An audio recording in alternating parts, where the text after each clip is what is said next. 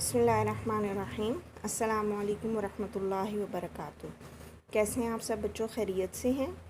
आज का सबक, आज का मुताला शुरू करने से पहले दुरूद शरीफ पढ़ लें और इल्म में इजाफ़े की दुआ पढ़ लें। आज हम पढ़े हैं कायदा नंबर 3, सफ़ा नंबर है 24। जी, यहाँ पे हम शोशे या दंदाने वाले हरूफ के बारे में पढ़ेंगे कि उनकी लिखाई का क्या तरीक़ाकार है। जी, शोशे दंदाने वाले हरूफ कौन से हैं? सीन और शीन। सीन और शीन अपने अंदर 3 शोशे रखते हैं। ख्वाह ये हरूफ अकेले लिखे जाएं या किसी हर्फ के शुरू, दरमियान या आखिर में आएँ, इनके शोशे या दंदाने 3 ही होंगे। ठीक है, इनमें कमी बेशी नहीं होगी। जैसे हर्फ है सीन, लफ्ज़ के शुरू में आ रहा है सीसा, सागर, दोनों में 3-3 दंदाने हैं। लफ्ज़ के दरमियान में आ रहा है महसूस और मुसरत।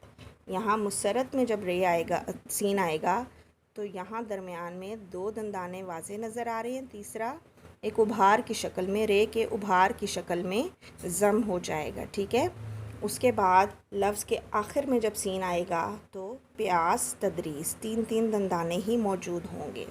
इसी तरह शीन में देखिए शायर, शहतूत, 3 दंदाने हैं। यहाँ शहतूत में तीसरा दंदाना है के उभार के अंदर ज़म हो जाएगा।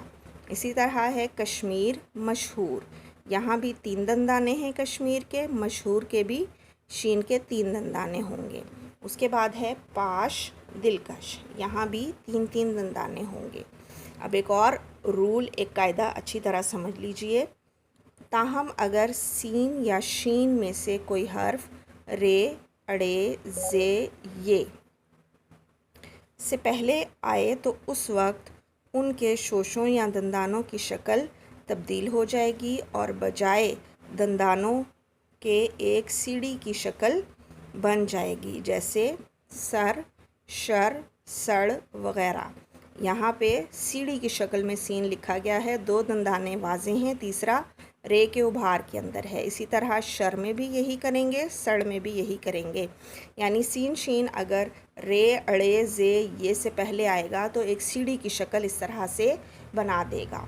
जी, 5 बार इसका आपने मुताला कर लेना है और इसको अच्छी तरह याद कर लेना है, क्योंकि आगे अमली किताब में काम के दौरान इनकी अशद ज़रूरत होगी, इसलिए आपको अभी से ये याद होने चाहिए।